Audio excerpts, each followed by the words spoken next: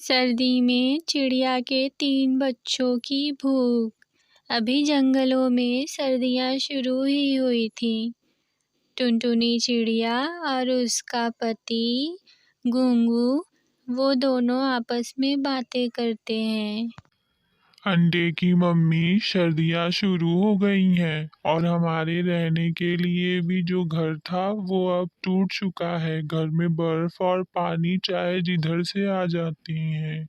एक ही कोना बचा है, उससे हमारा गुजारा नहीं हो पाएगा। मुझे बाहर जाना पड़ेगा काम करने के लिए। यहाँ तो चारों तरफ बर्फ ही बर्फ है। हाँ हाँ अंडों के पापा, आप ठीक बोलते हैं। हमारे बच्चे अब कुछ ही समय में अंडे से बाहर आ जाएंगे। चलिए पहले घर चलते हैं। चलिए आइए। फिर वो दोनों घर आ जाते हैं और घर की हालत को देख के परेशान हो जाते हैं। हे भगवान, ये देखिए ना अंडे के पापा, हमारे घर में पानी और बर्फ दोनों ही बढ़ती ही जा रही है। यही सिर्फ एक कोना रह गया है। हाँ अंडे की मम्मा, ये देखो सिर्फ एक कोना ही बचा है जहाँ हमारे अंडे सुरक्षित हैं। बाकी पूरे घर में तो पानी घुस आया है। मुझे लगता है कि मुझे बाहर जाना ही पड़ेगा। मैं कल ही बाहर जाऊंगा और वहीं काम करके मैं तुम्हें पैसे भेजता रहूंगा। वह दोनों आपस में बातें करते रहते हैं और मन ही मन बहुत परेशान रहते हैं कि अब तो बहुत ही ज़्यादा मुसीबत आन पड़ी है। ठीक है, आप कल ही निकल जाइए बाहर काम करने के लिए और पैसे भेजते रहिएगा। मैं यहाँ गांव के पंछियों से मदद मांगती हूँ और देखती हूँ कि कौन कौन मदद करता है। ठीक है, तो मैं कल सुबह ही यहाँ से निकल जाऊंगा। तुम देखना, बच्चों का ध्यान देना। अब हमारा आसरा इन्हीं बच्चों से है। साथ में तुम अपना भी ध्यान देना। अगली सुबह वो काम के लिए निकल जाता है और टोनी जगह जगह मदद मांगने के लिए जाती है। वो सबसे पहले कबूतर के पास जाती है, फिर टुनटुनी के पास जाती है, पर टुनटुनी बोलती है मेरे पास खुद ही रहने के लिए आसरा नहीं है। मेरा एक छोटा बच्चा भी है। मैं बहुत मुश्किल से गुजारा कर रही हूँ। अगर ऐसा होता तो मैं तुम्हारी मदद कर देती। फिर वो कालू के पास जाती है, जहाँ कालू उसे बहुत ज़्यादा पैसों पर लकड़ियाँ देने के लिए तैयार हो जाता है। टूनी बोलती है कालू, मैं पैसे आते ही तुम्हारी लकड़ियाँ तुम्हें लौटा दूंगी। तुम थोड़ा ब्याज कम लेकर मुझे ये लकड़ियाँ दे दो। कालू राजी हो जाता है। फिर टुनटुनी घर बनाने की तैयारी करने लगती है। वो बहुत मेहनत करती है, बारिश में भीगते हुए अपने घर की छत को बनाने लगती है। धीरे धीरे करते करते वो बहुत मेहनत से अपना घर बनाती रहती है और बहुत परेशान भी रहती है कि मेरे बच्चे कुछ दिन में अंडे से बाहर आ जाएंगे। वहीं उसका पति जाते हुए रास्ते में जहाँ भी और जो भी जैसा भी काम मिलता वो उसके लिए हाँ कर देता और काम करता रहता और अपनी पत्नी को पैसे भेजता रहता। वो भले ही दूर गांव में था, पर उसका मन अपने बच्चों के पास ही लगा रहता है। वो सोचता है पता नहीं मेरे बच्चे अब तक अंडे से बाहर आए होंगे कि नहीं, और मेरी बीवी न जाने कैसे सब कुछ अकेले संभालती होगी। वो मेहनत करता रहता था और पैसे भेजता रहता था। इधर टोनी दिन रात लगकर अपने घर को बनाती रहती है और धीरे धीरे उसका घर बनकर तैयार हो जाता है और अब उसके बच्चे भी अंडे से बाहर आ जाते हैं और उसी बारिश में भीगते रहते हैं। वह अपने बच्चों को घर में रखती है और दाने के लिए चली जाती है, जहाँ वो सारे पंछियों के साथ दाना खाती है और अपने बच्चों के लिए इकट्ठा कर लेती है और उनको खिलाती है ले आकर। वहीं अब उसके पति का भी काम पूरा हो चुका था। वो गांव से शहर से होता हुआ अपने पत्नी और अपने बच्चों के पास लौटता है।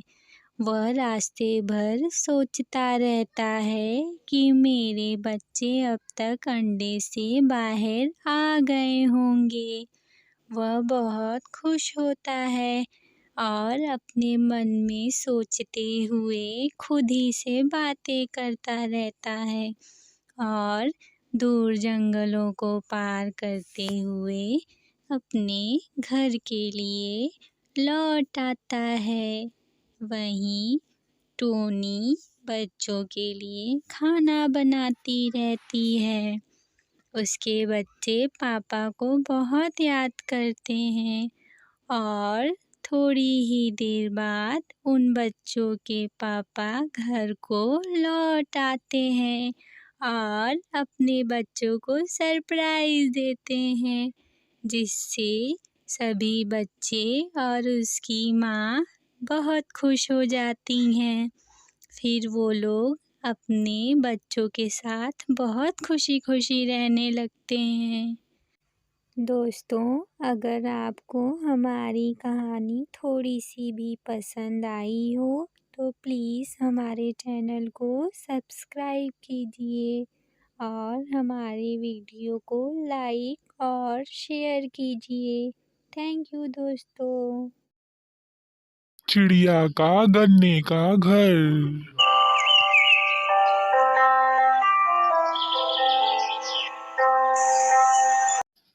टुनटुनी चिड़िया का बच्चा अभी अभी अंडे से बाहर आया था। टुनटुनी चिड़िया अपने बच्चे से बोलती है, बेटा, हमारे पास रहने का कोई ठिकान नहीं है। तुम उड़ना जल्दी सीख लोगे तो मैं तुम्हें लेकर गन्ने के खेतों तक जा सकती हूँ। हाँ मम्मा, मैं कोशिश करूँगा। हाँ मम्मा, मैं उड़ूंगा। मुझे भी चलना है आपके साथ, पर मम्मा मुझसे तो उड़ा ही नहीं जाता है। मम्मा, मैं कोशिश करता हूँ। नहीं नहीं मेरे प्यारे बच्चे, ऐसे हार नहीं मानते। मैं हूँ ना, मैं आपको सिखाऊंगी। चलो आओ आओ आओ, मेरे पास आ जाओ। आ जाओ बेटा, मेरे पास आ जाओ, जल्दी आ जाओ। कोशिश तो करो ना बेटा। इतनी कोशिशों के बाद आखिरकार उसका बच्चा उड़ने लगता है और वो अपने गन्ने के खेतों तक जाते हैं। टुनटुनी के पास रहने का कोई आसरा तो नहीं होता। वो अपने गन्ने के खेतों के पास जाके विचार करने लगती है, अगर मैं अपना गन्ने का ही घर बना लूं तो कैसा रहेगा। टुनटुनी मन में सोचती है। अब अगर हम अपने गन्ने का घर बना लेंगे तो हमें खेती में भी दिक्कत नहीं होगी, रहने में भी कोई दिक्कत नहीं होगी। बेटा, हम अपना गन्ने का घर बनाएंगे और वहीं रहेंगे। आप कहीं पे इंतजार करना, मैं गन्ना लेकर आऊंगी और खूब मेहनत से अपना घर बनाऊंगी। प्यारी मम्मा, मैं भी आपकी हेल्प करना चाहता हूँ।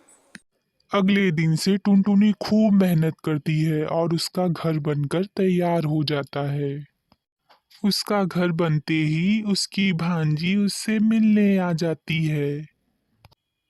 फिर टुनटुनी अपने बच्चे के पास जाती है। उसका बच्चा उदास उसका इंतजार करता रहता है। चलो मेरे बच्चे, हमारा घर बनकर तैयार हो गया है।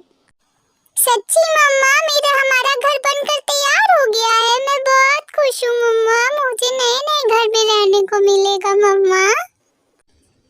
हाँ मेरे प्यारे बच्चे, अब हमें रहने में कोई दिक्कत नहीं होगी, न खाने में न रहने में। चलो हम अपने घर चलते हैं। चलो आओ मेरे पीछे पीछे मेरे बेटे। चलो चलो हम लोग चलते हैं अपने घर। टुनटुनी चिड़िया अपना पिज्जा का कारोबार खोलने का सोचती है। वो रास्ते में सोचते हुए जाती है और अगले दिन अपना पिज्जा का दुकान खोल लेती है। टुनटुनी का कारोबार बहुत अच्छा चलने लगा था। वो घर पे भी अपने बिजनेस को बढ़ाती और दुकान पे भी जाके उसकी खेती बाड़ी भी बहुत अच्छी चल रही थी। देखो बेटा, ये हमारे खेत हैं और हमारे खेतों में बहुत अच्छी फसलें हो रही हैं। देखना, अब हमारे दिन बहुत जल्दी बदल जाएंगे और मैं तुम्हारे बड़े होते ही तुम्हारा एडमिशन एक अच्छे स्कूल में करवा दूंगी। हाँ मम्मा, मैं भी स्कूल जाऊंगा। मुझे स्कूल जाना बहुत पसंद है मम्मा।